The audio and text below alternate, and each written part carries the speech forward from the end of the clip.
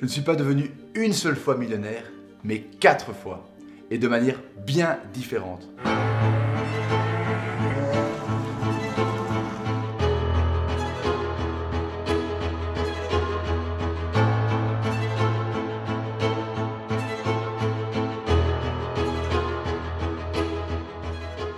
Si j'avais dû écouter les gens, j'y serais jamais arrivé. Les gens, ils sont là pour saper votre morale. Vous dire, tu n'y arriveras pas, c'est impossible. Alors un conseil, croyez en vous et n'écoutez pas les autres.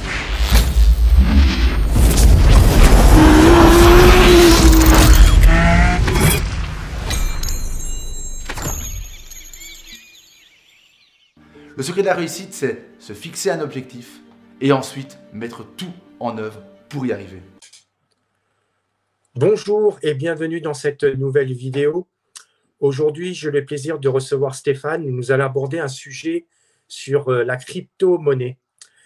La crypto-monnaie est une forme de monnaie numérique utilisant la cryptographie pour sécuriser les transactions et contrôler la création de nouvelles unités.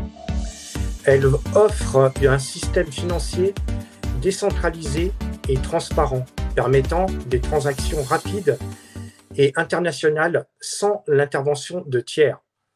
Son utilisation se répand de plus en plus dans divers secteurs, offrant des opportunités d'investissement, de développement technologique. Merci Stéphane d'avoir accepté mon invitation. Est-ce que tu pourrais te présenter, s'il te plaît? Merci Zelisko de m'avoir invité sur ta chaîne. Voilà, donc c'est Stéphane. Je pense que voilà, je suis avant tout entrepreneur. Dès mes 20 ans, j'ai entrepris des choses avec des projets qui ont foiré, d'autres qui ont réussi. On retiendra mes réussites qui ont vraiment permis de faire mes premiers euros et tout ça, de pouvoir investir justement. Et en 2011, je fais la découverte du Bitcoin. Voilà, donc c'est très très tôt, 2011. Je pense que vous n'aurez pas beaucoup l'occasion de rencontrer des gens qui étaient là aussitôt. Personnellement, j'en ai même pas encore rencontré moi-même, à part ceux qui étaient avec moi. Donc voilà, donc on est en 2011. Il faut savoir que le Bitcoin et la blockchain ont été créés en 2009. Mais durant 2 ans, c'était vraiment, personne n'en parlait, c'était vraiment adressé aux geeks du web et donc c'était vraiment quelque chose qu'on n'en parlait pas. Alors moi, j'ai eu la chance de découvrir ça à ce moment-là, alors que la majorité des gens l'ont découvert peut-être en 2017. Ceux qui se disent les premiers, même comme Asher, qui est le plus connu sur les réseaux, je crois qu'il a parlé, qu'il a découvert ça en 2015. Donc voilà, moi j'étais vraiment très longtemps à l'avance. Et j'ai découvert parce que, en fait, dans mes projets d'entrepreneuriat, je gérais du SEO, donc du référencement Internet, avec un ami. Et donc, on plaçait les sites dans Google, on était assez experts là-dedans. Et pour être à la pointe, on allait voir les forums américains, parce qu'évidemment, à l'époque, en France, on ne parlait pas du tout de ça.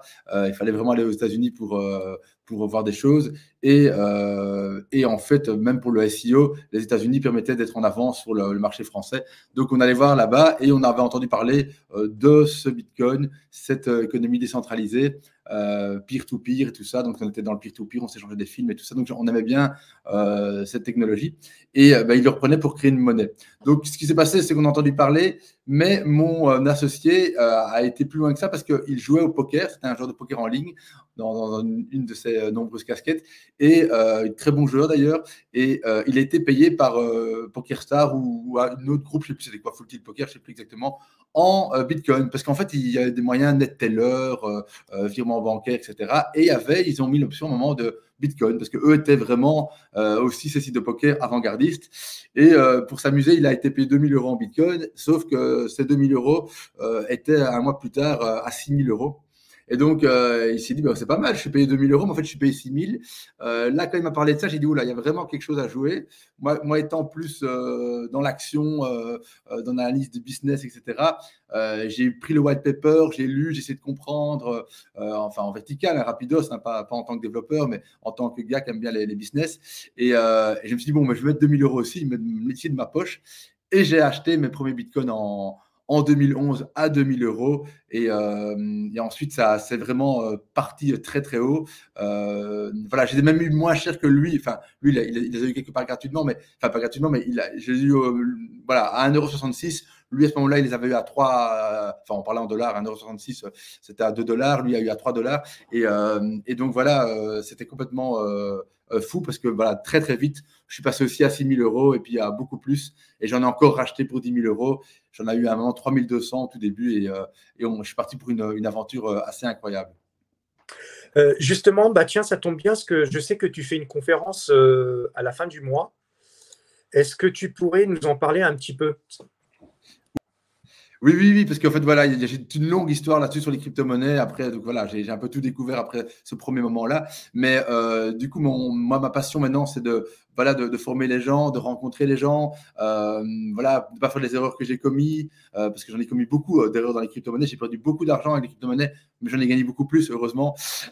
Mais voilà, donc ici, je fais une conférence à Paris, parce que moi, je suis belge à la base. J'ai fait pas mal de choses à Bruxelles. J'ai eu pas mal de critiques en disant, allez, il faut que tu te bouges un peu, que tu es en France. Et ça, je dis, pas de souci. J'ai choisi Paris pour commencer. Je ferai peut-être sans doute d'autres villes par après. Mais donc voilà, Paris, c'est comme la grosse ville centrale. Et alors, ce sera le 30 mars.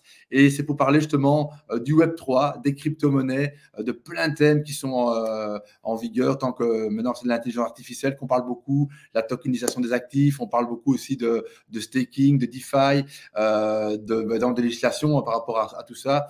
Donc voilà, enfin, voilà, vous pouvez voir sur le site, il y a vraiment une vingtaine de thèmes traités très rapidement, 10 minutes chaque thème. Ça va être explosif, il ne faut pas s'ennuyer. Il y aura du networking aussi. Il y aura 25 speakers qui sont créateurs de contenu aussi.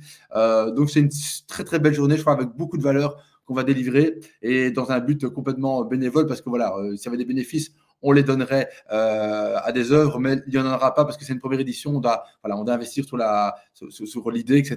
Et voilà, on sera même en petit déficit, c'est normal pour lancer un projet. Mais voilà, c'est pour dire que c'est pas le but de se faire de l'argent, c'est vraiment de vraiment créer une communauté autour du Web3, de la blockchain, des crypto-monnaies.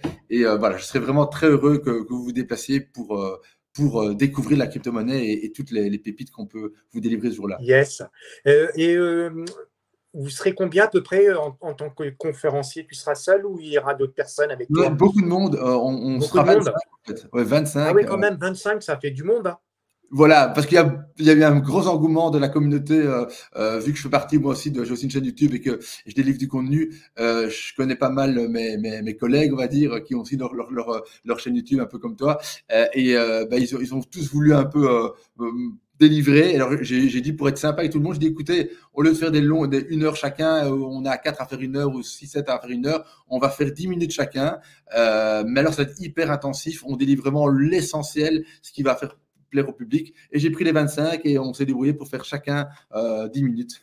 25 fois 10 minutes. Et voilà. C'est bien ça. Et il n'y a que des Français ou il y aura des Anglo-Saxons? C'est tout en étant en français, donc c'est un événement francophone. Maintenant, moi, je suis belge, hein, comme je le disais. Il y a des Suisses, il y a pas de Canadiens. Il y a un Canadien qui devait venir, mais il n'est pas là. Donc oui, donc il y a la communauté francophone qui est là. Tout est en français, et évidemment, il y a beaucoup de Français fatalement. D'accord. Et c'est de quelle heure à quelle heure? Alors, c'est à 9 h, ouverture des portes. À 10 h, ça commence pour les conférences. Et ça termine à 20 h. Donc, il y aura du networking. Il y aura des pauses de 2 heures où on peut parler entre nous, se rencontrer. Il y a beaucoup de gens, évidemment, qui me voient en vidéo, qui aimeraient bien me rencontrer, qui aimeraient bien rencontrer les autres créateurs de contenu. Donc, c'est tout aussi l'intérêt de l'événement. C'est qu'on est là, quoi. On est là pour voir tout le monde. Et c'est ça qui est chouette aussi, être proche des gens et de sa communauté. D'accord. Et justement, quand tu as commencé à t'intéresser sur le Bitcoin, les personnes que tu avais rencontrées et qui t'ont conseillé, est-ce qu'aujourd'hui, ils sont encore dans le business ou ils ont complètement changé? Ton ami aussi qui joue au poker, est-ce que lui, il a continué ou ils ont complètement arrêté? Alors, donc les deux premiers qui avons découvert ça, on va dire, de mon groupe, c'est moi et mon associé Joachim, qui était dans le poker. On est les premiers. Et puis, on a converti toute une équipe, on va dire, au fil des mois, des années, à leur montrer nos wallets, machin. Et en fait, on a créé un groupe qui était une bonne 10-vingtaine de proches. Dans la 10-vingtaine de proches, je crois il y en a qui ont paniqué, qui n'arrivaient pas à gérer leurs émotions et donc qui revendaient tout, etc. Eux ont quitté le game. Mais la moitié est restée dedans, et tous ceux qui sont restés dedans, enfin, je peux le dire, ils sont fait beaucoup d'argent avec ça parce qu'ils étaient au tout début. Et malheureusement pour mon associé, il est décédé tragiquement, donc ça c'est un peu moins drôle. Mais voilà, donc lui, en tout cas, il a le mérite d'avoir découvert ça et m'en avoir parlé. Et puis on en a acheté quasi en même temps. Et voilà, donc il ne reste plus que moi à la source de ces achats, on va dire. D'accord. Et justement, s'il y a des personnes qui sont intéressées, à la différence d'à l'époque quand toi tu as commencé et maintenant, je suppose que le prix il n'est plus du tout le même. Non, ça c'est clair que il faut comprendre qu'à l'époque, il y avait que du Bitcoin. Donc, c'était la seule crypto-monnaie qui existait, qui a été créée avec la blockchain. Et après, au fur et à mesure des années, des crypto-monnaies sont apparues comme le Litecoin, le Dashcoin, le Ripple. Je les ai toutes vues naître, en fait. Hein. Je les ai d'ailleurs toutes achetées pour me dire, bah, s'il y a un autre cheval gagnant, ben, au moins, on l'aura. Et d'ailleurs, il y en a eu comme le Litecoin qui m'ont fait faire des fois 100 aussi. Et donc oui, donc, il n'y a que du Bitcoin. Le Bitcoin, comme je l'ai dit, je l'ai acheté à 1,66 €. Je parle en euros parce que j'ai versé des euros. Oui. Même, parce qu'on parle beaucoup du cours en dollars, mais voilà, ici, moi, en euros, je l'ai acheté à 1,66 €. Et évidemment, maintenant, ben, on le retrouve à quasi 50 000, enfin non, on le trouve à plus de 50 000 €. Donc même 60 000 € parce que tout va vite, parce que je parle en dollars tout le temps. Donc oui, donc on est vraiment beaucoup, beaucoup plus haut actuellement. Et voilà, j'ai fait des fois 1000 sur ma mise, ça c'est sûr. Mais bon, j'ai pas eu un chemin non plus tout droit, tout facile. Mes premiers bitcoins que j'ai gagnés, je les ai perdus tous. Je les ai tous perdus. Ça fait le. Voilà, en fait, c'est ma première grosse erreur, c'est que j'ai tout mis sur un exchange qui s'appelait MTGOX. À ce moment-là, j'en avais plus que 1200 parce que voilà, j'ai fait d'autres bêtises, j'ai tradé, j'ai fait des trucs, etc. Mais 1200 bitcoins, ça reste des dizaines, enfin des centaines de millions d'euros. Et donc, ben, en fait, cette plateforme, comme vous l'avez vu avec FTX, peut-être pour ceux qui connaissent, bah, s'est fait hacker, il y a eu un problème et on n'a plus nos crypto-monnaies dans les mains. Vu qu'on a cédé les clés de notre crypto-monnaie à cette plateforme et que eux, bah, ils ont fait, on peut dire de la merde avec, excusez-moi des mots, mais du coup, bah, on a tout perdu. Et donc, moi, je me suis retrouvé de millionnaire, parce que j'étais millionnaire en crypto-monnaie. Avec mes 12 000 €, j'avais dépassé le million d'euros. Et ben, ce jour-là, ben, j'avais plus rien. Donc voilà, je dis des fois de millionnaire à SDF crypto. C'est ça qui m'est un peu arrivé. Et heureusement, enfin, il y a la fin heureuse, c'est qu'ils ont retrouvé une partie des bitcoins chez ce gars avec une saisie au Japon.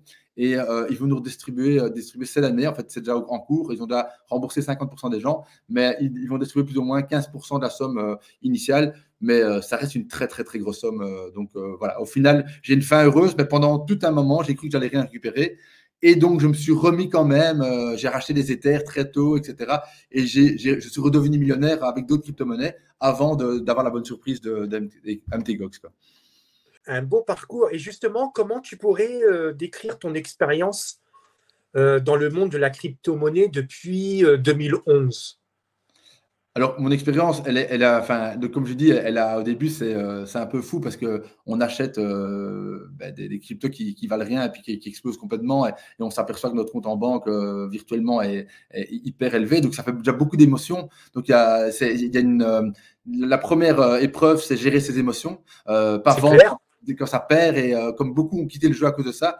Et donc, moi, j'ai été victime de ça parce que je suis monté à 5000 bitcoins en tradant, en achetant plus bas, en revendant plus haut, etc. Mais à un moment, ben, le train il part, on a tout vendu, on attend d'acheter plus bas, mais on peut plus acheter plus bas. Et voilà, et quand on rachète, eh ben, il est à x5 et on perd 5 fois ses bitcoins et j'en ai plus que 1000 et quelques. Donc ça, c'était la première chose que j'ai fait, c'est avoir peur de tout perdre, de trader, etc. Donc ça, c'est voilà. Et puis il y a les émotions des gens qui, au moment où ça descend, sont prêts à tout vendre parce qu'ils croient qu'ils vont tout perdre. Heureusement, ce n'est pas arrivé à moi, mais il y a plein d'amis la moitié d'ailleurs, qui avaient genre 100 000 euros, hein, et d'un coup descendent à 30, 20 000 et ils vais tout perdre et ils vendent tous à ce moment-là. Sauf qu'après, ça monte et ça dépasse les 100, les 200, 300, ils sont plus dans le jeu. Et eux, en fait, ils ont perdu gros, quoi. Ils auraient pu gagner la montre en or et ils l'ont pas fait parce qu'ils ont paniqué. Alors, ça a toujours remonté après. Quand on voit l'histoire des crypto-monnaies, des bitcoins, c'est toujours monté plus haut, c'est descendu fort, puis c'est démonté plus haut, puis c'est descendu fort. Et aujourd'hui, ben, justement, on peut en parler. On vient de rebattre le record historique du bitcoin la semaine dernière. Et voilà, on est parti pour encore aller beaucoup, beaucoup plus haut. Et donc ça, c'est ça mon expérience. Et puis, évidemment, ne pas laisser tout son argent sur un exchange centralisé. Il faut vraiment mettre sur la blockchain, caisse décentralisée centralisé où nous, on a nos clés, personne d'autre peut toucher à notre argent. Ça, c'est des choses à apprendre. Pas mettre les œufs dans le même panier, donc pas sur une seule crypto-monnaie, sur plusieurs, on ne sait jamais, sur plusieurs clés différentes, plusieurs tiroirs de la blockchain. Peut-être sur quelques exchanges, mais on varie. Voilà, pas comme moi, 100% all-in sur un endroit parce que si ça disparaît ou sur une crypto-monnaie. Il y a des crypto-monnaies aussi qui ont eu des mauvais coups et donc comme le Terra Luna, je ne sais pas si vous connaissez, ben, d'un coup, du jour au lendemain, bam, ça a été quasi mis à zéro. Donc voilà, donc faire attention de bien diversifier aussi. Ça, c'est vraiment en très gros, parce que j'ai eu plein d'autres expériences, mais trader, attention, sécuriser, attention, l'émotion, attention. Mais Ouais, voilà, bah au oui. final, si on reste dans la partie, on peut bien être payé. Mais justement, comment tu gères cette situation? C'est-à-dire que je vais prendre un exemple, tu as 50 000 euros de Bitcoin, tu dis, voilà, j'ai pas envie de tout laisser dans le Bitcoin des 50 000 euros, bah, je vais en laisser que la moitié, je vais récupérer la moitié, l'autre moitié que je vais mettre à la banque et leur récupérer. Est-ce que les banques te posent un problème ou tu peux récupérer l'argent sans souci ou il y a quand même quelques démarches supplémentaires à faire par rapport à une banque classique? Oui, bah alors c'est une très bonne question, hein. Déjà, moi je suis belge et la majorité est français, donc on n'a déjà pas les mêmes législations entre même Suisse, Luxembourg, Belge, etc. Voilà, donc je sais qu'en Suisse ou au Luxembourg, en tout cas, ils laissent plus d'un an, c'est 0% taxé, c'est très clair. Voilà, il faut juste laisser au moins un an. Quand on va en Belgique, ça devient pas clair du tout. C'est pas taxé si on a un bon père de famille, mais si on a fait du trading, etc., ça peut être taxé à du 33%. Donc ça, c'est pas très clair. Pour le moment, ils ne taxent pas parce qu'ils n'ont pas vraiment d'exemple. En France, bon, il y a une taxation d'office sur les crypto-monnaies. Donc là, je sais plus exactement, c'est dans les 20-25%. Mais bon, voilà, du coup, oui, donc là, il y a une taxe. Moi, en Belgique, c'est vrai que à l'époque, il n'y en avait pas non plus en France, c'était nébuleux. Il faut savoir que moi, je date il y a longtemps, donc j'ai rapatrié comme il y a longtemps. C'est vrai que moi, j'ai rapatrié, j'ai pas eu de problème, mais pas mal de blancs, même de banques m'ont demandé d'où ça vient, voilà, d'autres qui ne voulaient pas que je touche à ça. Donc oui, il y a certaines banques ne sont pas prêtes à ça, ne sont pas d'accord avec ça. D'autres oui, d'autres demandent des comptes. Après, au final, c'est à l'État de statuer si on est taxé ou pas. Et que je sache, en tout cas en Belgique, il n'y a jamais eu trop de problèmes avec ça. Voilà, donc c'est de nouveau. C'est un monde qui commence à se créer, mais oui, il y a moyen d'avoir sa plus-value, la remettre sur son compte en banque sans trop de problèmes. Ceux qui ont des problèmes, ils doivent juste un peu se documenter sur quelles banques sont friendly crypto, on va dire, et ça devrait aller, quoi. Il y a pas de souci de ce côté-là. D'accord. Et justement, est-ce que tu as vu par rapport à ça une amélioration depuis 2011 à maintenant, ou on va dire ça stagne Ben, moi, j'ai un peu au tout niveau des vu. banques? Ben, j'ai un peu tout vu dans le sens où, enfin, c'est plus clair en tout cas pour moi, mais au début, c'était un peu. Bon, ça dépend des montants aussi, hein, parce que évidemment, si on rapatrie 2 000 euros, ça passe beaucoup plus facilement que si on rapatrie 100 000 euros. C'est logique.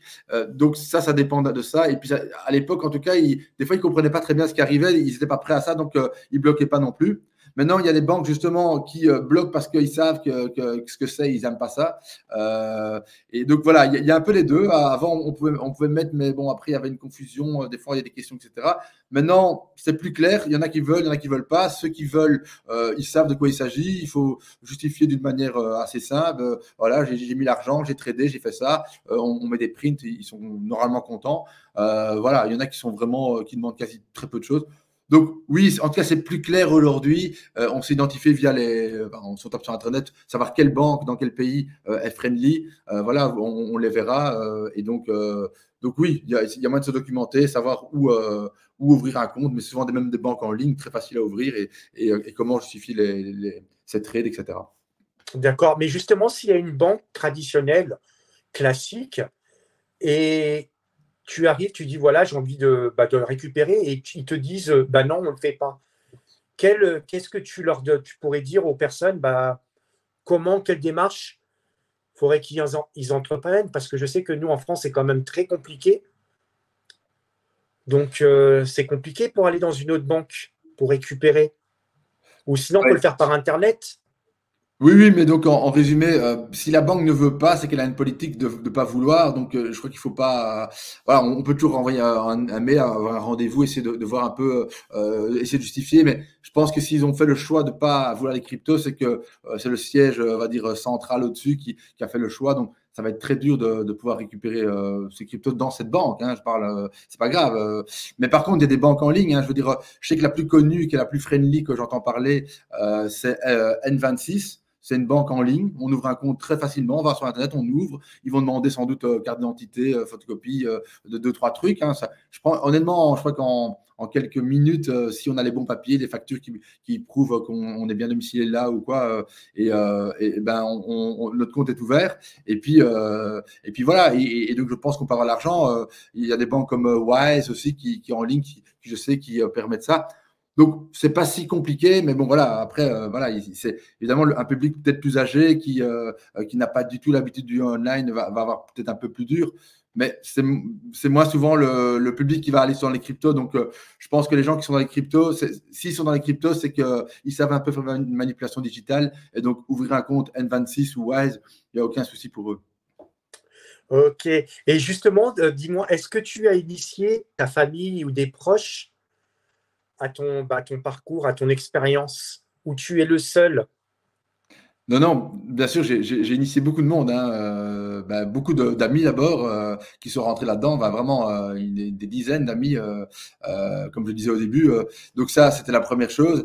Et puis ensuite, j'ai initié ma famille. Bon, là, j'étais plus aidé parce que voilà, j'étais accompagné pour qu'ils placent de l'argent. Et voilà, donc il y en a eu pas mal qui ont bien réussi aussi. En fait, personne n'a perdu de l'argent de mes proches, en tout cas, tout le monde a gagné. Et puis, il y a évidemment tout le reste, la communauté, parce qu'en fait, après, j'ai créé une chaîne YouTube parce que j'en avais marre de tout le temps répéter les mêmes choses à tout le monde, comment sécuriser, comment ouvrir un compte, etc. Et donc, je me suis amusé à faire ça en vidéo et mettre ça sur ma chaîne YouTube. Et du coup, j'ai eu mes premiers abonnés YouTube qui m'ont suivi. Et moi, dès qu'il y avait un copain qui me demandait, tiens, regarde la vidéo, j'envoie le lien. Et je ne vais pas me répéter. Et je dis, une fois que tu as tout bien regardé, eh bien, alors tu viens me parler si tu as des questions en plus. Et ça m'a bien aidé pour aider les gens, bien sûr, gratuitement. Et puis, pour développer une communauté. Et ce qui m'a permis après de faire des vidéos de plus en plus élaborées, parce que je me suis pris au jeu et avoir une communauté de plus en plus grande.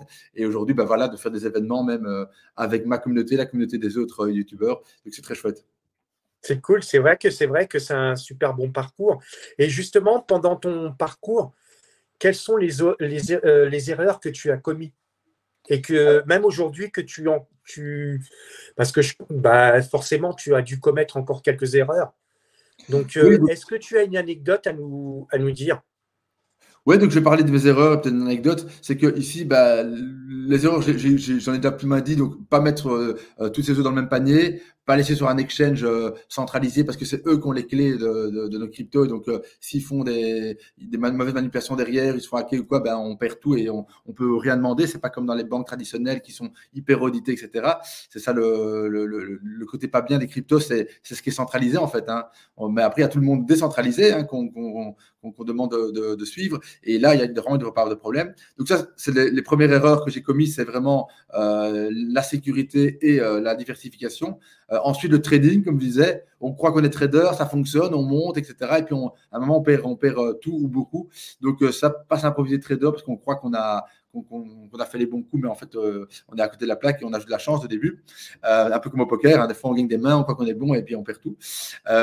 Et donc, ça, c'est les conseils que j'ai à donner pour les erreurs que j'ai commises. Encore récemment, j'ai encore commis une grosse erreur, que j'ai fait une vidéo là-dessus, c'est qu'il y a des cycles aux crypto-monnaies. Et en fait, quand on suit les cycles, on voit que c'est souvent 3 années de montée, une année de descente. Une grosse année de descente qui fait très mal, puis 3 années de montée, une année de descente, etc.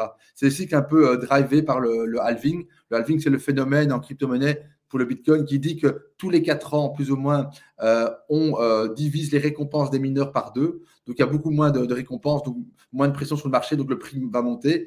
Et en fait, on a remarqué qu'avec ce cycle, tous les 4 ans, effectivement, il y a 3 ans de montée et puis une année de descente.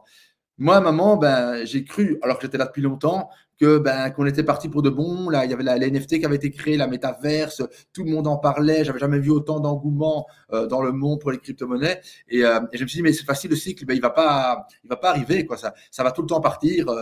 On avait déjà décalé d'un mois par rapport au cycle passé, le cycle précédent. C'est en novembre que ça redescend. Et là, c'était monté jusqu'en décembre. Je dis, là, on est parti pour longtemps. Voilà. Et donc, j'avais même initié des gens en disant, voilà, on va continuer à miser dedans, etc. Et en fait, on a eu une correction rapidement. Donc, ne pas prendre trop confiance parce qu'il y a des bonnes nouvelles, parce que tout le monde en parle, etc. Et croire que c'est immortel, que ça va tout le temps monter en vertical. Voilà, il faut des fois savoir revendre, sécuriser ses positions quand c'est monté. Quand c'est monté, il faut savoir revendre et, voilà, et apprécier ça parce que on croit toujours que ça va faire encore plus, encore plus, encore plus. Et puis, ben, c'est trop tard, ça dégomme très vite en fait, hein. Ouais, bah oui. Et est-ce qu'il y a des magazines ou des sites internet qui sont spécialisés dans ce domaine justement pour essayer d'orienter les gens à quel moment il faudrait les vendre ou les récupérer Ben, alors, oui, en fait, je crois que les magazines, c'est plutôt Journal du Code, etc., qui sont très connus, mais eux vont plus délivrer des informations, ils vont jamais se permettre de trop conseiller, parce que c'est Oui, toujours un peu risqué. Ceux qui se mouillent le plus, ce sont les créateurs de contenu comme moi, les youtubeurs, parce que ouais. nous, on va donner notre impression. On ne pourra jamais dire que c'est des Ouais, puis conseils. c'est votre expérience aussi qui va faire la Voilà. différence. Voilà, donc comme ici, je dis, voyez les cycles, il faut, voilà, je peux dire mon impression, ce que j'achète moi, mais je peux pas dire que c'est gagnant à tous les coups. On n'est pas devin, sinon voilà, ce serait Ouais, bah trop facile. oui.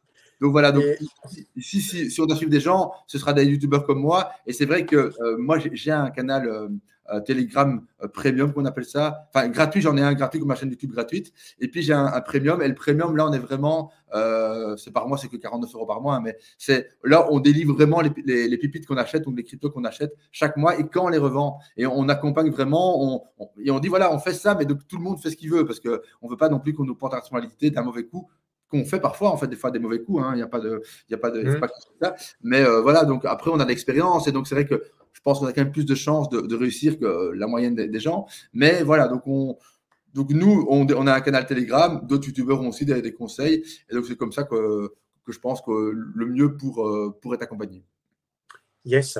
Et justement, tu parlais que la crypto-monnaie, elle avait une tendance, donc 3 années en montée en flèche, après une année qui descend. Et cette année, en 2024, donc au mois de mars, on est dans quelle proportion? Celle qui monte ou celle qui descend? Alors, d'après les cycles, hein, d'ailleurs, j'ai un graphique pour ça, si jamais on veut se repérer, que je peux donner de ça. C'est d'après les cycles, c'est ici, on a descendu fortement en 2022. C'était vraiment l'année d'une grosse descente. On s'était divisé le Bitcoin par 4, hein, donc, et les autres crypto-monnaies, des fois par 20, 30, enfin, c'est affreux. Et donc, le Bitcoin, qui est devenu le gros paquebot, bah, il descend moins, même si c'est moins 75%, c'est quand même beaucoup. Oui, Mais voilà, donc, et puis on est arrivé donc en 2023, donc l'année passée, il est remonté, donc tous les crypto-monnaies sont montées avec lui, donc fois 2,5, donc plus 150%, le Bitcoin a fait. Et ici, donc on serait encore dans 2 ans, normalement, de montée, si on en croit les 3 cycles précédents que j'ai vécu, hein. Et donc je peux confirmer que ça s'est passé exactement comme ça. Donc voilà, si on suit les cycles qui sont toujours vérifiés avec le halving qui arrive le 15 avril ici de cette année, donc dans un mois, eh bien, on serait le halving au milieu plus ou moins des cycles, on serait donc encore pour 2 années de montée. Et logiquement, c'est en novembre 2025 qu'il devrait être au plus haut si on suit les cycles. Voilà. Mais sans dire qu'on a une boule de cristal, c'est juste ce qu'on a pu observer. ok. Est-ce que tu t'es déjà fait hacker? Alors, moi, je me suis. Donc, j'ai mis mon argent et la plateforme s'est fait hacker. Donc, c'est pas moi, enfin, personnellement, mais donc voilà, j'ai quand même perdu mes cryptos avec ça. Moi, personnellement, bizarrement, parce que j'ai quand même fait pas mal de manip et j'ai eu un peu de chance, je pense, mais j'ai toujours été très attentif à la sécurité quand même. Je ne me suis pas fait hacker. Maintenant, dans mon entourage très proche, hein, et même Joachim, hein, que je parlais, ils sont tous fait hacker quasi. Donc, et des tout bons qui sont fait hacker. Joachim, il a même s'est fait même hacker son adresse Gmail, qui a réussi à aller sur un compte de crypto, qui a réussi à prendre des cryptos comme ça via un mail. Donc, c'est vraiment. Mais on parle d'il y a 13-14 ans. Hein, donc, la sécurité était moindre. Et c'est là, ce jour-là, qu'il a compris qu'il fallait mettre un authenticateur, donc les two-factor, tu vois, authentification, maintenant qu'on met avec notre téléphone, enfin iPhone ou quoi, ou avec l'authenticateur, c'est une application en fait qui génère des codes de tous les instants. Et donc là, sur le mail, on peut le mettre, et évidemment sur toutes les plateformes de crypto-monnaie, je vous invite à le mettre. Donc voilà, lui s'est fait hacker, mes plus proches collaborateurs, quand je suis directement avec moi, qui s'y connaissent super bien, sont fait hacker en faisant des manips. J'ai dans mon groupe Telegram des coachs qui travaillent pour moi, qui sont hyper bons. Ils font des manips pour les NFT. Eh bien, j'en ai une, Garance, qui s'est fait hacker il y a il y a 2 semaines. C'est une catastrophe, quoi. Genre, un hack terriblement bien ficelé. Hein. Donc, c'est avec des liens. On croit que c'est le site officiel. On branche à wallet, mais en fait, c'est pas le site officiel. Et en fait, voilà. Donc, il y a toujours moyen de se faire avoir si on fait des manips et il faut toujours être très vigilant. C'est ça aussi les risques des crypto-monnaies. C'est voilà, de vouloir trop faire. C'est pour ça que le bon père de famille va acheter du Bitcoin, il va sécuriser comme certains. Et là, il y a très peu moins de risques de se faire hacker qu'une banque, normalement, théoriquement.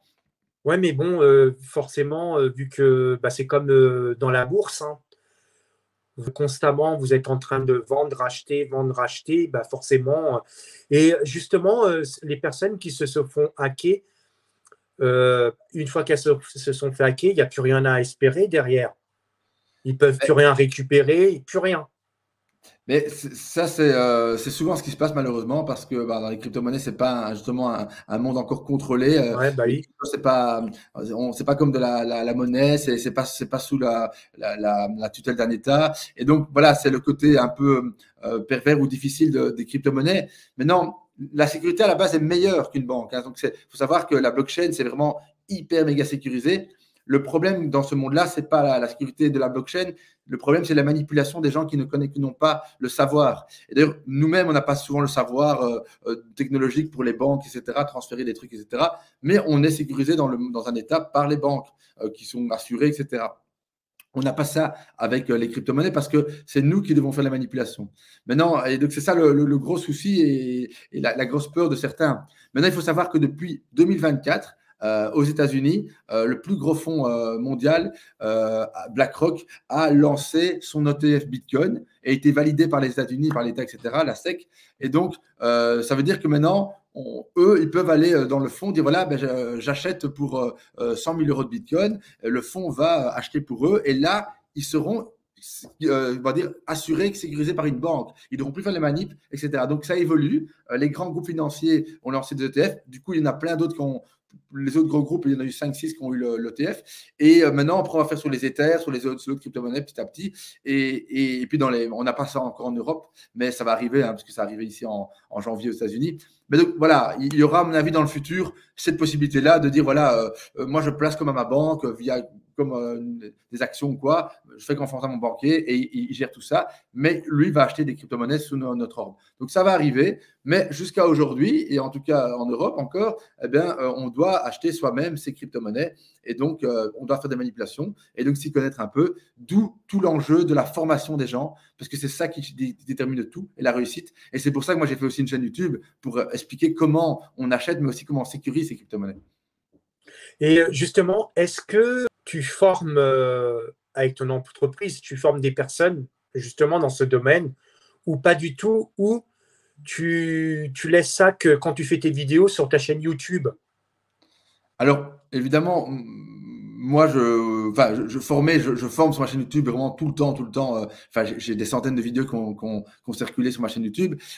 Donc, il y a plein de sujets auxquels on touche. Mais c'est vrai que dans la communauté, j'ai un groupe Telegram gratuit au quotidien. On donne des infos aussi au quotidien avec le Telegram.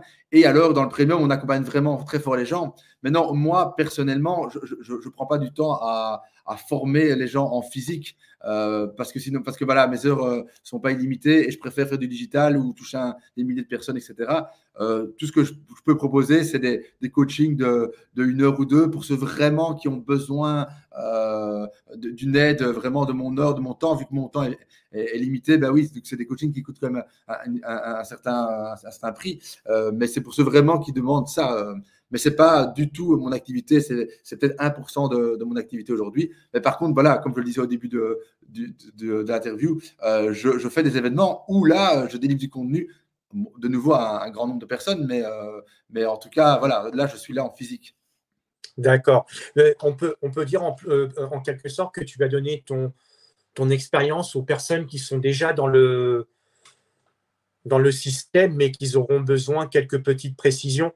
Un débutant, ce n'est pas possible parce que si, tu peux le faire avec un débutant. J'ai des vidéos qui sont pour le débutant qui n'a jamais rien fait et qui dit je veux acheter la crypto aujourd'hui. Comment on fait pour acheter son premier Bitcoin en 2024? Et donc voilà, je dis voilà, vous allez sur tel site. Il y en a plein. Moi, j'ai choisi Kraken parce que c'est celui que je trouve le plus sécurisé. Je vais donner mon expérience. On va cliquer, on va taper l'URL, on va se connecter, on va créer un compte ensemble. Enfin, je vais montrer comment moi je crée un compte, comment on met nos euros, comment une fois que les euros sont sur le compte, comment on trade des euros contre du Bitcoin par exemple. Et puis voilà, et puis comment on sécurise avec un 2FA, et puis éventuellement comment on sort ces cryptos de l'exchange pour les mettre sur la blockchain. Donc tout ça est expliqué. Donc c'est vrai que voilà, moi mes vidéos sur ma chaîne YouTube, c'est un peu les thèmes du moment ou un peu dans tous les sens. Mais on peut recouper si on prend la vidéo pour acheter, la vidéo pour sécuriser, etc. Et puis, j'ai aussi une formation en ligne où là, je reprends de A à Z, étape par étape, tout ce qu'on fait du début à la fin et comment même on investit sur des crypto-monnaies pépites qui peuvent exploser, comment on les revend, quand. Aussi, j'explique les NFT, toutes les manipulations avec les MetaMask, avec les. Ouais, la finance décentralisée, etc. Donc, il y a pas mal de choses à apprendre. Voilà, je l'explique aussi. Donc, oui, un débutant peut voir les vidéos aussi que je fais, tout comme quelqu'un qui s'y connaît mieux et qui va avoir un tip sur, voilà, sur quelque chose qui me demande des manipulations un peu plus conséquentes. Justement, je mettrai en lien, en descriptif, ta chaîne YouTube en dessous de la vidéo. Et justement, je voulais savoir pourquoi tu as décidé de partager ton expérience avec les autres. Et est-ce que tu as eu en quelque sorte des personnes qui sont venues te voir, te dire hey, mon coco, fais gaffe, Ouais. des menaces, on va dire. Alors, j'ai pas eu de menaces. Enfin, oui, j'ai eu des menaces, mais j'ai pas physiquement, enfin, en réel, en présentiel, on va dire, j'ai jamais eu de menaces. Sur les réseaux, les seules menaces que moi j'ai eues, ce sont des gens, malheureusement, qui se sont fait arnaquer par un Stéphane Winkel bis, usurpateur de mon identité. Donc, des gens qui créent des profils Telegram, Instagram, avec mes photos, ils pondent mes photos, mes stories, mes trucs, ils mettent tout ce que j'ai fait en double, et puis ils commencent à parler, ah salut, ça va, là, mets ton argent sur tel truc, je vais te faire gagner de l'argent. Et effectivement, il y a eu des dizaines de gens, malheureusement, aussi pas des centaines, parce que je ne sais pas tout, qui se sont fait voler de l'argent en croyant que c'était le Stéphane Winkel, moi, qui donnait des conseils, mais en fait, c'était des usurpateurs qui utilisaient mon identité parce que moi, évidemment, je ne vais jamais rien vendre. Je n'ai jamais demandé de virer de l'argent sur un compte ou quoi.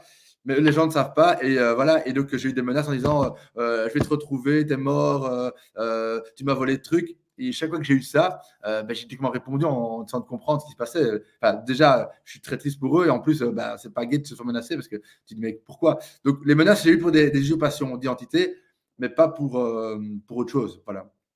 D'accord. Et justement, quel conseil tu pourrais donner aux personnes qui souhaitent réussir dans le domaine des affaires de la crypto-monnaie?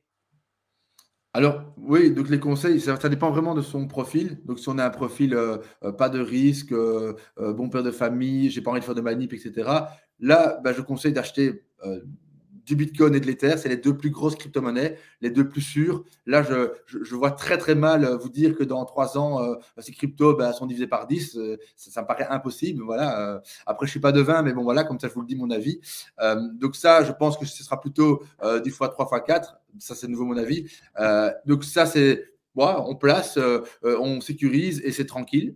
Donc ça, c'est vraiment profil, pas de risque. Et ceux vraiment qui cherchent à changer de vie, là, évidemment, je leur dirais qu'il faut prendre des risques. Qui dit risque, dit qu'on peut tout perdre, ça, je te le rappelle quand même. Mais voilà, moi, ça m'est arrivé, j'ai mis 2 000 € que je pouvais perdre à l'époque. 100%, j'étais sûr de pouvoir perdre. J'avais mes business, j'avais de l'argent, etc. J'ai rigolé, je peux tout perdre.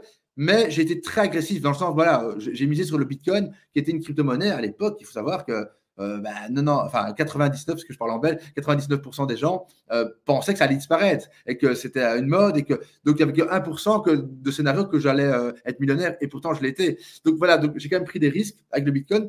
Aujourd'hui, c'est pas les mêmes risques qu'on doit prendre, c'est miser sur des crypto-monnaies qui ont des marchés low cap, comme on dit, petits marchés qui peut vraiment exploser, mais tout comme ne peut ne pas tenir parce qu'il n'y a pas beaucoup de racines.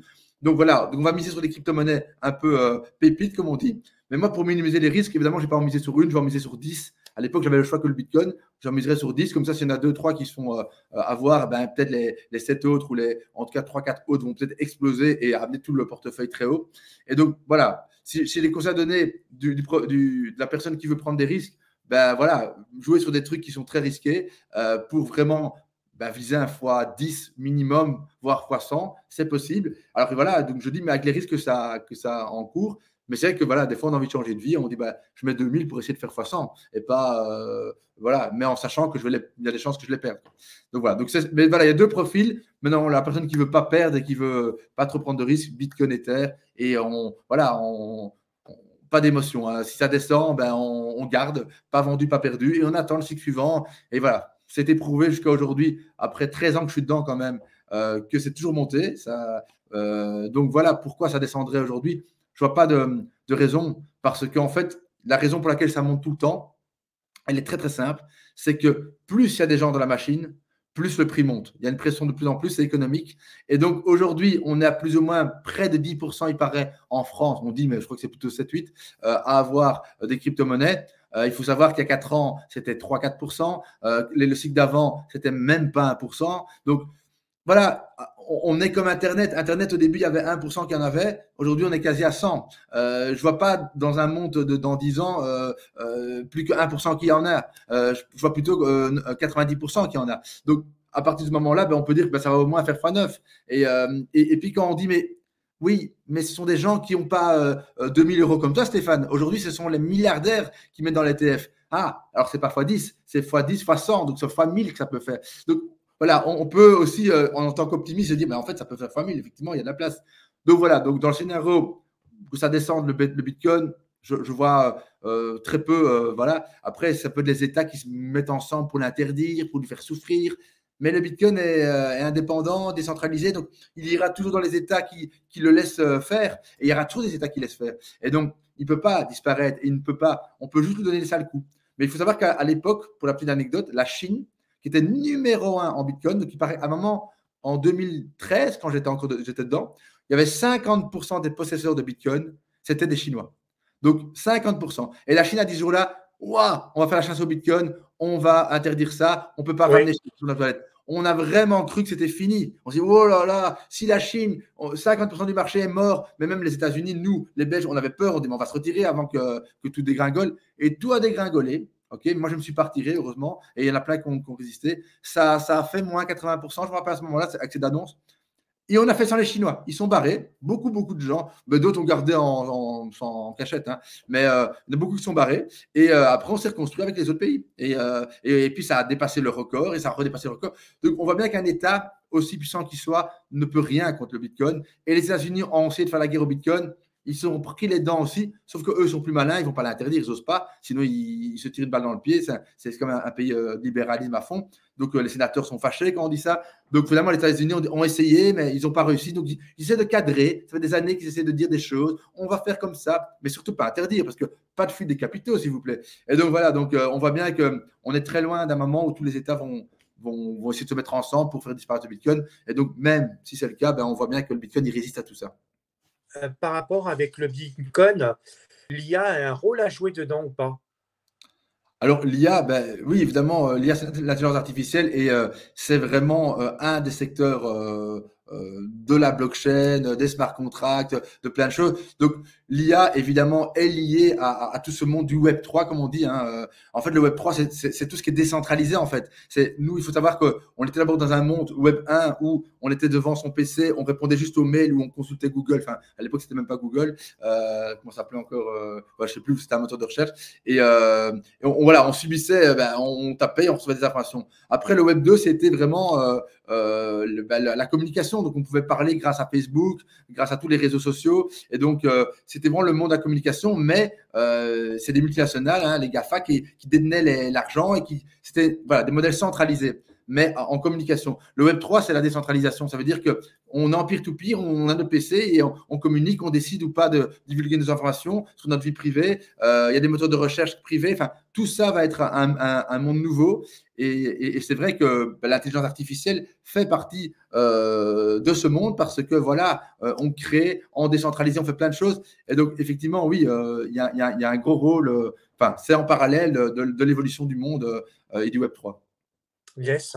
Et justement, est-ce que tu penses que c'est en quelque sorte avec le Bitcoin, mais pas que, que c'est une forme de contrôle sur notre vie. Parce que tu vois, il y a peut-être des personnes qui vont aller sur Internet, c'est-à-dire mettre tous leurs biens sur ce Bitcoin. Donc, c'est une forme de contrôle, on peut dire. Normalement, c'est l'inverse. Donc, je comprends pas très bien. Qu'est-ce qui va être contrôlé pour bien comprendre ta question? Ben, la forme, on va dire, en gros, c'est le IA et cette fameuse réseau qui va nous contrôler parce qu'on va dépendre, nous, en gros, de la machine. En quelque sorte, c'est une forme de contrôle. Non, en fait, il faut bien comprendre c'est quoi la blockchain, les crypto-monnaies, etc. Donc, la blockchain, ce sont tous les ordinateurs qui sont connectés, donc le mien, celui d'un voisin, etc. On est ensemble, et c'est à l'essence du peer-to-peer. À l'époque, c'était les torrents, on s'échangeait des films. Voilà, on se mettait là, on coupait, les gens disaient on va traiter tel site, et ben on s'en foutait, on reconnectait, et ça montrait que personne ne savait contrôler ça parce que tout le monde qui décide de jouer le jeu, donne l'énergie, etc. Les crypto-monnaies, c'est sur la blockchain. La blockchain, c'est tout le monde donne son énergie dans un réseau, et c'est ce réseau qui vérifie les transactions, etc. des choses. Donc, il n'y a plus d'État centralisé qui peut contrôler justement les transactions des gens. Même les wallets sont anonymes. Donc, les comptes en banque, ici dans nos pays, il y a un nom. Le compte en banque de Stéphane, le compte en banque d'Albert. Tous les comptes en banque ont un nom, un nom de famille. Et ici, les wallets n'ont pas de nom. Et on ne sait pas qui. C'est anonyme, la wallet. Maintenant, ce qu'on sait vérifier, parce que la blockchain est totalement ouverte, on sait vérifier évidemment que telle wallet verse à telle wallet, qui verse à telle wallet, et on peut retracer d'une wallet à l'autre. On sait que 1 a versé à 2, à 3, mais on ne sait pas qui est derrière telle wallet.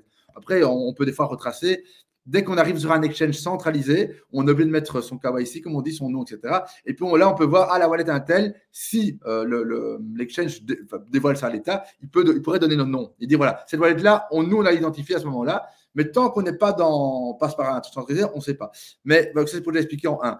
En deux, on dépend du marché, oui, on dépend de l'offre et la demande. Mais donc, le prix, en tout cas, il dépend de qui croit ou pas. Mais ça, c'est comme tout. C'est de l'or, si on ne croit plus en l'or, on revend son or, tout le monde revend son or et l'or descend. Si on ne croit plus en dollars ou en euros, tout le monde quitte le marché du dollar ou de l'euro, c'est foutu, ça plonge. Donc, l'or comme le dollar, comme l'euro, comme le bitcoin, oui, ça dépend de la confiance. Donc, il n'y a pas de différence entre ça. Sauf que le bitcoin est beaucoup plus sain, rapide, décentralisé. C'est beaucoup plus facile, on va dire. Ouais, c'est beaucoup plus facile. En tout cas, par rapport à l'or, déjà, on sait le quantifier, on sait combien il y a de bitcoin, tandis que l'or, c'est jamais très clair, c'est dans des banques, dans des coffres forts, on ne sait pas trop combien est produit, combien ça. Là, en plus, pour transférer, je veux te payer en or, vas-y, pour transférer à quelqu'un de l'autre bout de la planète. Ici, tu pousses sur un bouton. Donc, ouais, le bitcoin est l'or moderne. On faisait confiance comme valeur refuge à l'or. Maintenant, ce sera d'office le bitcoin. On l'a vu. Et donc, voilà, ça, c'est la valeur refuge. Il faut savoir que les bitcoins, on ne peut pas imprimer des bitcoins ou de l'or. On ne peut pas inventer de l'or qui apparaît des mines d'un coup. Il est vraiment là. Le bitcoin, il apparaît. On dit combien de bitcoins seront créés par jour. Et un jour, ça va s'arrêter. On n'en produira plus. Et c'est marqué que c'est en 2132, je ne sais plus exactement la date, que ça s'arrêtera. Et encore, ça diminue de la vitesse chaque année, chaque 4 ans. Et donc, on sait combien on a de bitcoin. On ne peut pas faire tourner la planche à billets. Tandis que le dollar, l'euro, on peut manipuler le marché. On a vu ces dernières années qu'on a produit pour 20-30% de dollars qu'on a déversé sur l'économie, mais tout le monde a perdu 30% de son argent. Tout le monde qui a un bien immobilier perd 30%. Mais on ne le sait pas. Les gens, ils ne savent pas. Mais les bitcoins, on sait qu'on a notre argent. C'est pour ça que le bitcoin monte aussi très fort par rapport au dollar ou à l'euro, parce que c'est une monnaie qui n'est pas inflationniste comme les autres. Et donc non, moi, pour répondre à ta question, je pense qu'on n'est pas du tout contrôlé et dépendant. Au contraire de dollar-euro, on est contrôlé, on a un numéro de compte, on sait qui on est, là. Justement, c'est ça que les arnaques passent, c'est ce côté anonyme. Et d'ailleurs, il y a beaucoup de bandits qui ont utilisé les crypto-monnaies pour ça. Donc, c'était le côté justement un peu moins bien du Bitcoin. Mais d'autre part, voilà, maintenant, on voit quand même qu'on peut un minimum contrôler, voir les transactions où elles vont, etc. C'est pas si simple, on peut quand même retrouver les choses. Donc voilà, donc je pense que et puis voilà, la monnaie est un peu au peuple aussi. C'est à nous à décider comment elle va fonctionner, si on fait confiance ou pas. Tandis que vraiment, quand on est en dollars, en euros, ben, on ne décide pas, c'est l'État qui décide. Alors voilà, après, il y a tout un débat philosophique ou autre, économique là-dessus. Il y en a qui vont dire que c'est très bien, qu'il y a un État qui décide pour nous parce que tout le monde n'est pas en mesure de décider. Il y a aussi des injustices qu'on essaie de pallier. Donc ça, c'est un autre débat. Mais en tout cas, c'est clair que c'est nous qui décidons de ce qu'on fait de son argent et c'est la confiance des gens qui en ont qui font monter le prix. Et c'est pas comme de l'art euro où finalement c'est l'État qui décide ce qui fait des taux d'intérêt, ce qui fait de la monnaie en circulation, etc. D'accord. Et justement, qui est-ce qui contrôle toutes ces crypto-monnaies? Est-ce que c'est les États ou c'est les banques? Il n'y a ni les États ni les banques. Personne ne contrôle les crypto-monnaies. Personne. Personne. D'accord. C'était lâché par Satoshi Nakamoto, une légende, un gars anonyme, un pseudonyme qui a été lâché un jour. Il a balancé son code, il a fait tourner le truc et tout le monde a adopté. Et depuis lors, c'est parti. C'est lui qui a lâché le truc et lui n'a aucun contrôle sur rien. De toute façon, quoi qu'il arrive, vu que c'est les mineurs qui ont fait qui minent l'énergie, etc. C'est les mineurs qui font le boulot et la confiance, c'est le peuple qui a la confiance. Et il n'y a personne, il n'y a pas d'intermédiaire, d'où la décentralisation absolue. Le Bitcoin, ce n'est contrôlé par personne. Et il y a des crypto-monnaies qui ont des fondations, comme la numéro 2, l'Ether. Elle est contrôlée par la fondation Ethereum, qui, elle, peut prendre des décisions, mais c'est très, mis sur papier comment, dans quelle mesure on peut prendre des décisions de changer de protocole, de passer justement en proof of stake. C'était la grande mise à jour qu'il y a eu. Il fallait être validé par les gens qui avaient des jetons, qui avaient des Ethers. Enfin, donc, il y a une fondation qui est là pour orienter les choses chez l'Ether, d'autres crypto-monnaies aussi, donc ça c'est vrai. Mais non, ça reste décentralisé.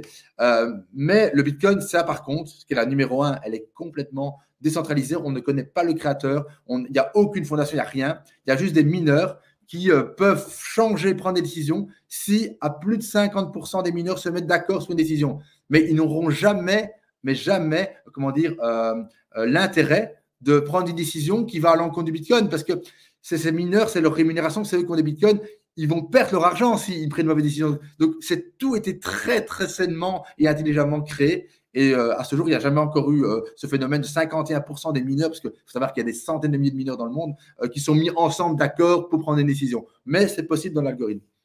Yes, c'est bien ça. Ton expérience, quelles sont les compétences essentielles pour pouvoir réussir dans le monde des affaires de la crypto-monnaie? Dans les affaires, donc pourquoi créer une société Surtout par rapport à ton expérience, quelles sont les compétences justement à avoir? Il faut certainement avoir des compétences. Oui, mais donc, après les affaires, ça peut être créer une boîte dans le Web3, ça peut être avoir une chaîne YouTube comme je le fais. Donc ça dépend, tu parles de quel genre d'affaires? Dans le domaine de la crypto-monnaie, qu'est-ce qu'il faut avoir comme compétence? C'est-à-dire, est-ce que on en a un petit peu parlé, déjà, pas être trop non plus anxieux. Ah oui, ok. Donc dans l'investissement, alors tu parles, Dans pas vraiment. l'investissement, ouais. Ah oui, oui, ok, non, parce que j'avais compris affaires, donc parce que bien évidemment, je fais des sociétés dans les crypto-monnaies, il y en a qui font des sociétés dans le Web3, mais non, mais dans l'investissement, donc l'investisseur en crypto-monnaie, pour réussir, bah oui, bah, c'est un peu ce que j'ai un peu dit, hein, donc déjà, bah, diversifier ses cryptos, pas en acheter qu'une, ça c'est important. Pour la sécurité, ne pas les mettre à un seul endroit, la mettre à plusieurs endroits différents, sur plusieurs. Il y a des clés ledger qu'on appelle ça qui permettent de mettre sur la blockchain. En avoir plusieurs. Donc ça veut dire que ça va faire plusieurs tiroirs de coffres-forts blockchain différentes. Si jamais on vole un tiroir ou quoi, on ne sait jamais, eh bien, on en a un autre. Donc ça, c'est aussi une bonne expérience. Si on mise eh bien, savoir prendre ses gains quand il y a des montées, pas tout le temps croire que ça va monter plus haut, qu'on a fait un x10, mais il y en a qui disent bah, je vais attendre le x20 et puis après, ça divise de nouveau, donc c'est un peu bête. Donc savoir prendre ses gains évidemment et voilà, et ne pas paniquer quand ça descend, parce que ça descend très souvent. Il faut savoir que ça fait que monter depuis le début de l'année, mais vraiment fortement. Hier, on a une descente de 10%, ça a fait très très mal. Mais il y en a beaucoup qui paniquent là-dedans et qui vendent, ou moi ça me fait même rien, mais on voit nos toilettes, on perd beaucoup là, 10% en moins sur une journée. Mais voilà, on panique pas, et là ça a remonté de 5% aujourd'hui, donc ça prouve que voilà, il faut vraiment être calme face à ça. Donc voilà les conseils de base que je pourrais donner. Et donc, avant de terminer, justement, j'ai une ou deux questions à te poser par rapport à ta dernière vidéo.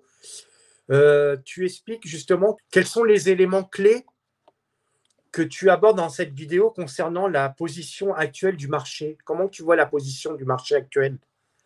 Alors, oui, alors la position actuelle, comme je le disais, je pense qu'on est dans une période de cycle. On a un halving qui va arriver dans un mois, en avril, en 15 avril. Logiquement, tous les signaux sautent au vert pour dire qu'on est parti encore pour au moins 1 an et demi de montée. C'est ce qui s'est, si on suit les cycles, c'est ce qui s'est fait durant 14 ans. Donc voilà, donc moi je pense que tout est au vert pour investir aujourd'hui. On aurait même dû investir il y a 1 an, ça aurait été le top du top, mais on ne sait jamais non plus le meilleur moment. Mais par rapport aux signaux, ben, on aurait dit il y a 1 an, il faut investir et ça s'est vraiment passé. Donc, on est au plus bas, ça va monter. Et ça s'est passé. Donc, ceux qui ont cru à ces fameux cycles, eh ben, ils sont bien gavés parce que là, c'est monté depuis 1 an et demi et on est encore parti pour 1 an et demi de montée d'après la suite des signes. Donc voilà, moi, c'est vrai qu'aujourd'hui, c'est pas du tout un mauvais moment pour acheter, ça c'est sûr. Ça aurait été encore mieux il y a quelques mois, mais voilà, voilà, à partir du moment où ça peut prendre, ben, je crois qu'on peut être confiant encore pour 1 an et demi. Yes, donc on peut dire qu'aujourd'hui, en 2024, la crypto-monnaie a encore un bel avenir devant lui. Oui, ben, suite à ce que j'ai dit là, donc Ouais. on n'est même pas 10% en avoir et que je pense qu'on va être proche de 100 donc au moins 90 dans quelques années. Voilà, ne fût-ce que ça peut dire que on peut faire du x9 et puis encore bah, le fait de savoir que quelqu'un qui a mis de l'argent et qui en gagne, ben, on va en mettre plus. S'il met 2 fois plus, ça fait du x18 et s'il met 10 fois plus, ça fait du x100. Et donc le fait aussi que les milliardaires rentrent dans la danse avec les ETF, tout ça donne des signaux incroyables pour le futur. Donc, on n'est pas à la fin de la montée des crypto-monnaies, même si tout va s'accélérer. Et je pense que justement, c'est dans ces 2 années qui arrivent maintenant qu'on va connaître la dernière très grosse montée des crypto-monnaies. Après, ça pourra monter encore progressivement, mais faire des fois 100 comme je l'ai fait, moi j'ai fait des fois 1000, ben, voilà, on peut encore y croire, je crois, ces 2 dernières années, sur des crypto-monnaies pépites, hein, pas sur du bitcoin, hein, bien sûr. Mais après, ça va être plus compliqué. Yes. Écoute, Stéphane, on va bientôt arriver à un terme de cette vidéo. À tous mes invités, je leur laisse le dernier mot de la fin et donc je te laisse le dernier mot de la fin. Eh ben, ouais, ben pour en tout cas, ce qui est crypto-monnaie, ben, en tout cas, moi, je peux dire que j'ai vécu une expérience fantastique hein, qui a changé un peu ma vie, il faut le dire. Et j'espère que eux aussi, ben, tenteront l'expérience et ne prenez pas de risques. Hein, voilà ce que je dis. Mettez ce que vous êtes prêt à perdre si vous voulez rentrer dans le monde des crypto-monnaies. Et si vous voulez performer, ben oui, il va falloir un peu vous former. C'est très important. Et pourquoi pas créer du réseau, des gens comme vous. Et c'est vrai que c'est pour ça que j'organise mon fameux événement web3connect.fr, là, le site, à Paris, c'est le 30 mars. Là, on sera avec tous des gens qui vont parler crypto-monnaie. Si vous allez là, vous allez rencontrer full monde, avoir plein de cartes de visite et avoir un réseau. Et c'est toujours mieux de s'entourer de plusieurs cerveaux que d'un seul. Quand on peut partager des choix, des envies, des questions, c'est toujours beaucoup mieux. Donc voilà, moi, les conseils, se former, assister à des événements comme ça et voilà, et tester. Pour ceux qui n'ont pas testé, testez. Soyez, ne paniquez pas et voyez ce que ça donne, quoi. Voilà. Yes. Et moi, je vais rajouter aussi, donc je mettrai tous les liens en descriptif en dessous de la vidéo. Et puis, s'il y a des personnes qui souhaitent investir dans la crypto-monnaie, moi, le premier conseil que je pourrais leur donner, c'est d'aller, dans un premier temps, aller voir les vidéos de Stéphane sur sa chaîne YouTube où il explique en détail. Donc, c'est Stéphane Winkel Ouais. sur sa page YouTube. Et donc, il vous explique de A à Z comment faire pour investir. Et donc, voilà. Donc, Stéphane, je voulais te remercier. Merci à toi. Et puis, je te dis certainement, je pense, à très bientôt. Passe une belle journée et merci encore. Ouais, belle journée à tout le monde. Chers amis et fidèles spectateurs, si vous aimez ce que vous voyez sur ma chaîne et que vous souhaitez me soutenir, vous pouvez maintenant contribuer en faisant un petit don. Cela m'aidera à améliorer mes vidéos. Merci pour votre contribution.